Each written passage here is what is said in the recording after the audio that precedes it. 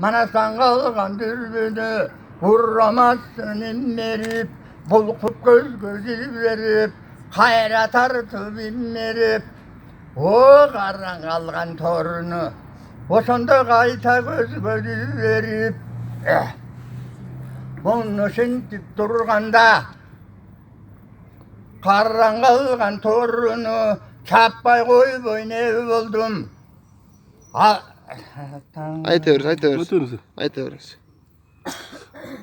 Karran kalgan torunu çappay koyboy ne buldum. 66 torunu aytpay koyboy ne buldum. Dev osonda gen eken çığırığın inmerip, çın gözünü dil verip, kayra tartıp inmerip, karrap durup kalganda, karan kalgan torunu kaydan çaptım eledep. Oşonda çırkırabı ilap durganda, den torpunun yanında gelecek tattay toru, oşondan altımı sattın sonunu.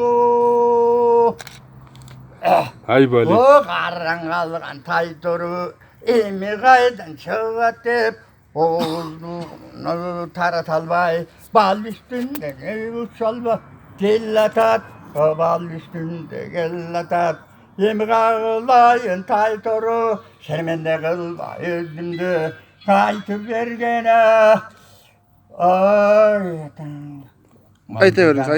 Aytıyoruz kendisine.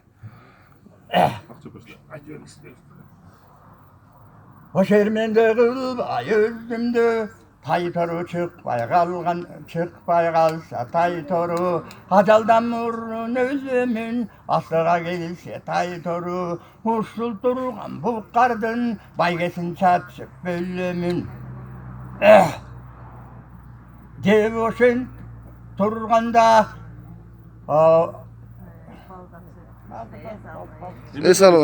Esal su çaydan geliniz.